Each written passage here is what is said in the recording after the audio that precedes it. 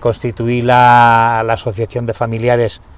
en 2015-16 y contacté con el equipo arqueológico de Arqueoantro para llevar a cabo la exhumación de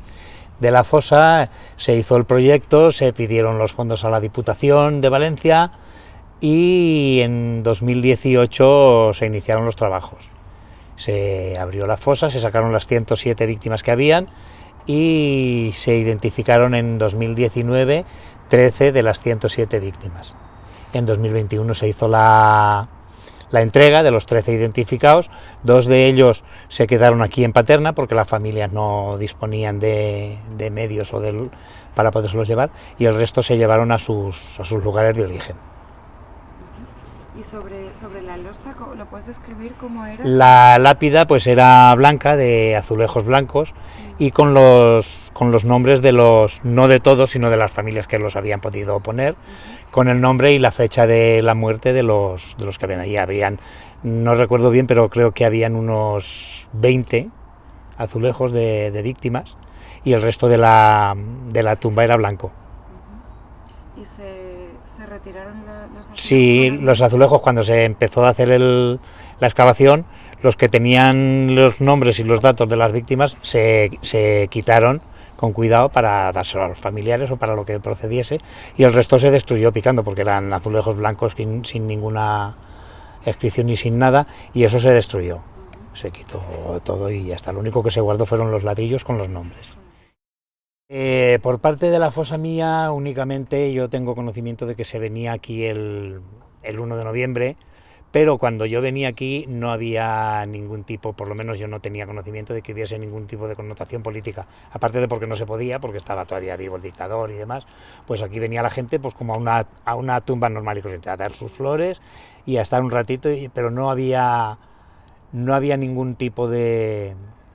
reivindicación ni de nada. Hasta más adelante, yo creo que hasta después de la muerte del dictador, aquí no se permitía que se hiciesen ese tipo de homenajes. El 14 de abril muchísimo menos.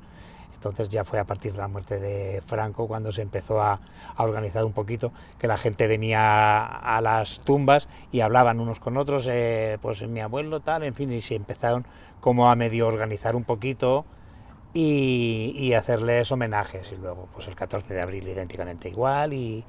así poco a poco. Yo entré bastante más tarde en este tema, porque entré pues a raíz de la Ley de Memoria Histórica de 2007,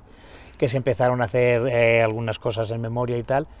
y bueno, tuvimos unos años cuando entró el PP en el gobierno que no había presupuesto para memoria, no se hacía nada. Esto fue desde 2012 hasta 2015-16, que entró en la Diputación de Valencia Rosa Pérez, y ella fue la que impulsó el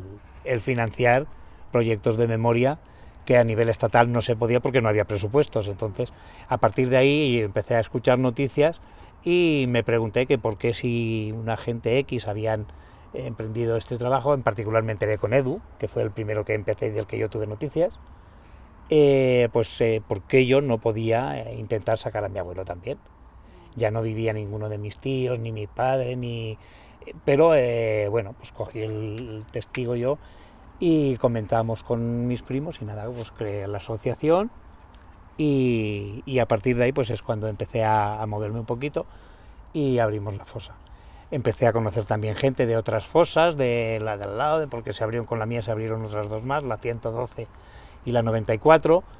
y pensamos entre todas las familias de agruparnos, cada distinta asociación, hacernos en una federación, asociación de asociaciones, para, pues, de cara a la administración, tener algo más de fuerza, y sobre todo para asesorar también a los que venían después, porque el tema burocrático es muy pesado, sobre todo para los gentes que no tenemos ni idea de todo ese tema de papeleo, para poderlos asesorar en lo posible, ¿no? Yo, por ejemplo, en la fosa mía, que es de la que más datos tengo, fueron 107 víctimas, pero solamente tengo 42 familias, con lo cual a la hora de identificar únicamente se podrían haber identificado 42, identificamos solamente 13,